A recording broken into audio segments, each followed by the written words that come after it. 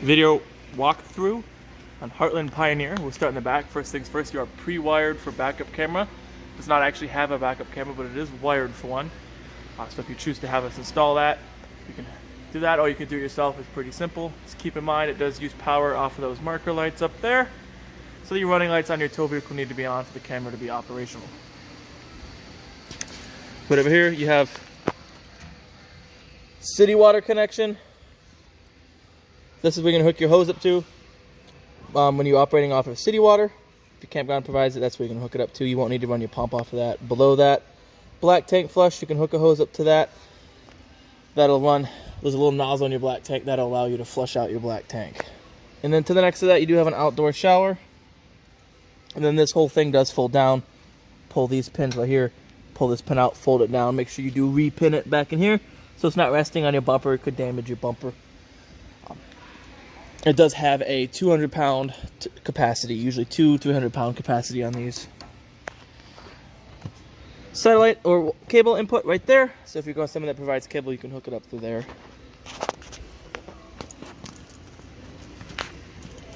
Moving on, got your sewer connection. One on your left is black, one on your right is gray. Your black is your toilet water, your gray is everything else. I recommend dumping your black first, letting that get emptied, and then dumping your gray. Short cord inlet, it's built in so you can't lose it. And when you're ready to put it away, you just shove it in there. You can open this up and shove it all in there.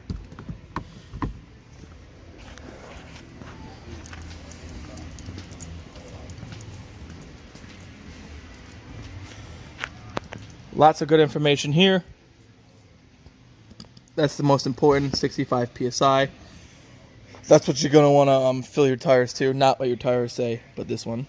And then you have a cargo carrying capacity, 970 pounds. So that's the most you can carry on there. And then gross vehicle weight rating is 9,000 pounds. That's how much the most this trailer could ever weigh. Oop. Pass-through storage.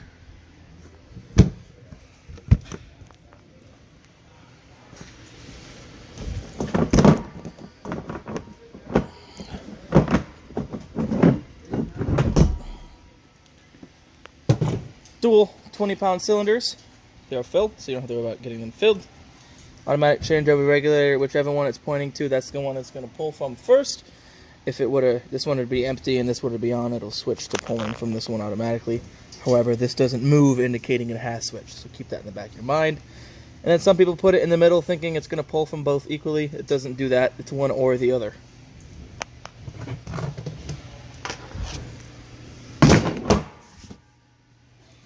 Group 24 battery. This will allow you to operate all your 12-volt appliances, and you need your battery in there for your brakes to work when you're towing it. I recommend taking your battery completely out in the winter, saving it from the cold. And then if it's going to be a long time between trips, I recommend disconnecting the negative lead off your battery. Power tongue jack with a light. Beats hand cranking every day of the week. And you got your 7-way for your lights and your brakes to work. Then you have your breakaway right here. This will get hooked up with all your chains and everything. There's a little pin in there, so if it pulls the pin out of the box, it'll activate the brakes on the trailer. Keep the trailer from making its way into traffic.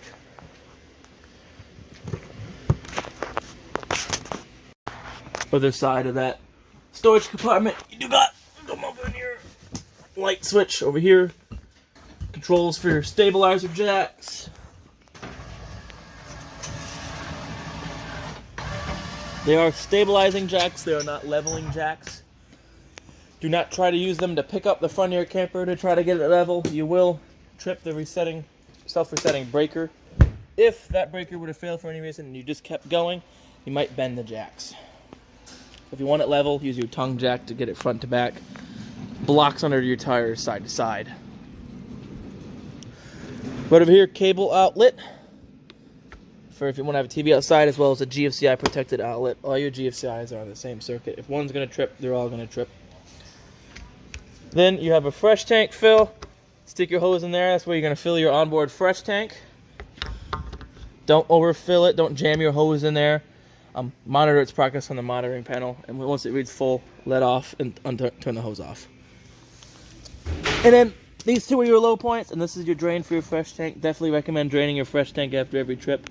You don't want it holding water. That water will start to get stagnant after a couple weeks.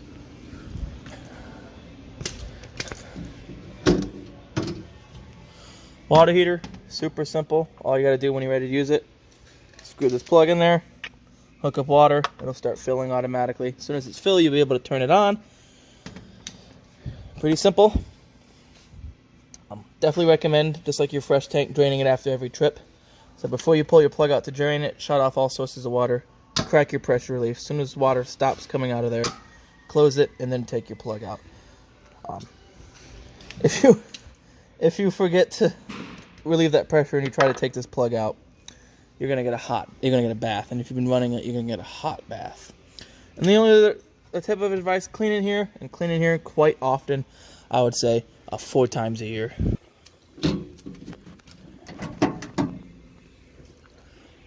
Exterior range vent, you just pop this open right here. This little tab right there.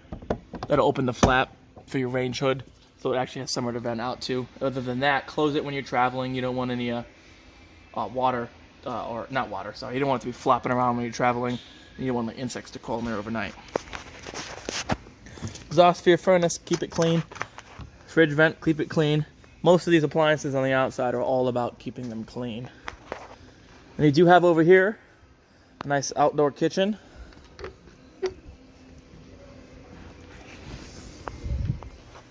With a TV out here from the previous owners. This is used to keep this in mind.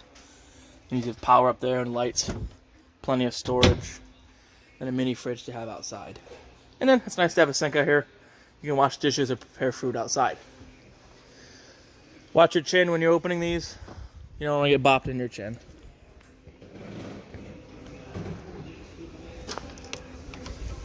That's pretty much it for the exterior. We move our way onto the inside.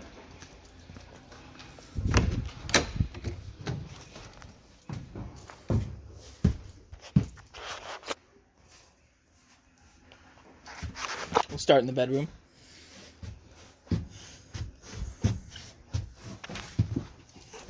Got your switch right here for the light in the bedroom, the main light.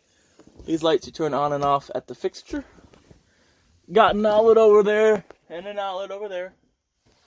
Plenty of room for clothes, but we all know the missus is going to take up all the room, and she might leave you with like half of a cabinet. Drawers, doors right here. Make sure you button them when you travel so they're not swinging freely, but they just slide to close. Crank for your antenna. Crank it up to go up. You'll feel it when it's all the way up. And then you pull down and twist to adjust for tuning a signal. Just make sure before you close it and lower it that your 2 little triangles right here are lined up so it can sit right on the roof.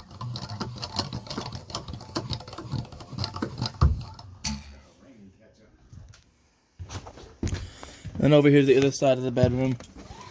Got emergency exit, super simple to use. All you do, lift up here, push out. You can rest it here like that, or you can push it all the way out, grab the screen here, yank it out, dive out the door, or window rather.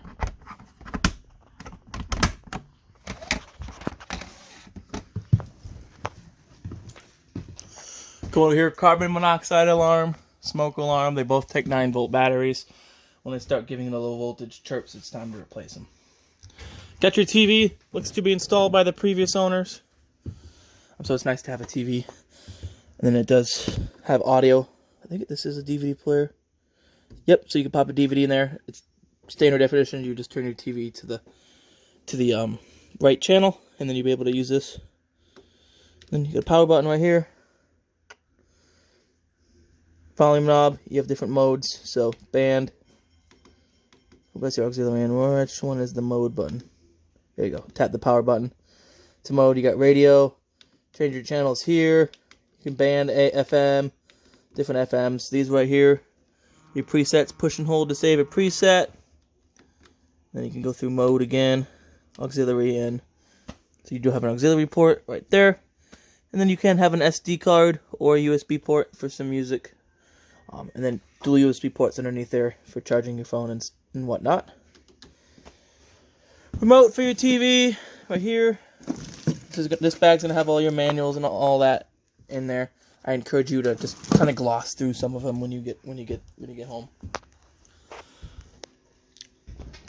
Microwave just works like a standard household microwave. It's only gonna work when you're plugged in. Range the light and the fan. Make sure you have that flap open when you run that fan, or else it's not gonna actually vent anything anywhere. Cooktop, turn it to light, twist it, lights it. That will bleed all of the gas out of the lines right now because the gas is off. Works the same for all of these. Turn the light high, twist your burner. Your oven works a little bit differently. Turn this to pilot on, push and hold. As you're pushing and holding, there's a pilot in there. You light with like a barbecue lighter or a match, whatever you have to light it. Once the pilot is lit, you can turn it to whatever temperature you want. Then when you're done cooking, if you turn it to pilot on, it shuts the burner off but leaves the pilot on. Make sure you turn it off before you go to bed. It's not safe. It's not a good idea to have a lit pilot overnight. Fridge, super simple. You got 2 buttons, on or off, auto or gas. Just recommend leaving it on auto. Auto's going to default to 110. That's what it wants to run off of. But if you were to lose power in any way, it'll switch to running off of propane.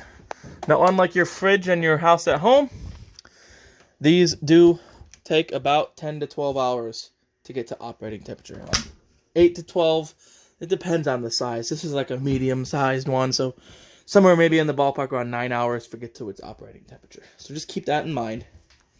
Then you do got a jackknife couch right here. Lift up, down in the middle. Pull up and out. Nice platform for one person.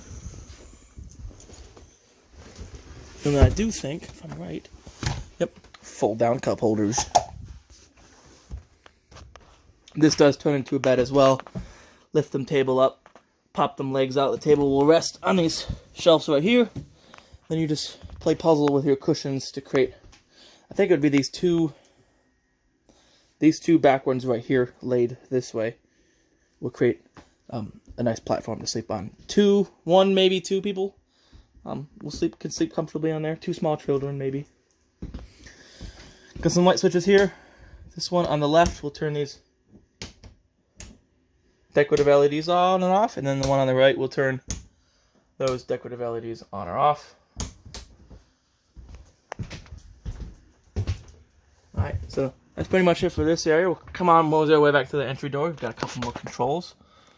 The switch will turn on and off LEDs in... what does this one do? Actually, apologize, but I am not sure what this one does. It looks like it does LEDs underneath the trailer, which we can't quite see right now. This one will turn on and off. Oh, you have awning lights. That's what they're for. You know, awning lights, I'm used to them being on the inside. So this switch right here turns on and off. So the one on the far left turns on and off that one. The middle will turn on and off the ones on your awning tube. I don't know if we can go all the way out due to that trailer being there. No, it doesn't look like we can. But this middle one will turn on and off the lights on the tube for the awning. The awning is adjustable. You just pinch these right here and then push and pull. You can see how there's different slots it can go in. It'll pitch the corner of the awning to allow it rain to pitch off to one corner. However, if it starts getting really windy, really rainy, roll your awning back in so the rain won't take it away, and then if you roll it in wet, as soon as you get the chance to, roll it back out to let the water dry off.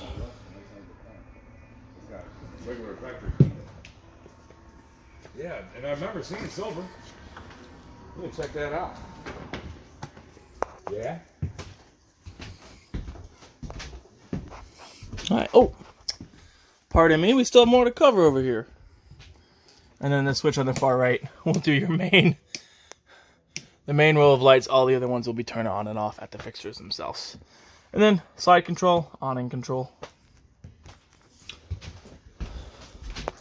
Now we can go over here.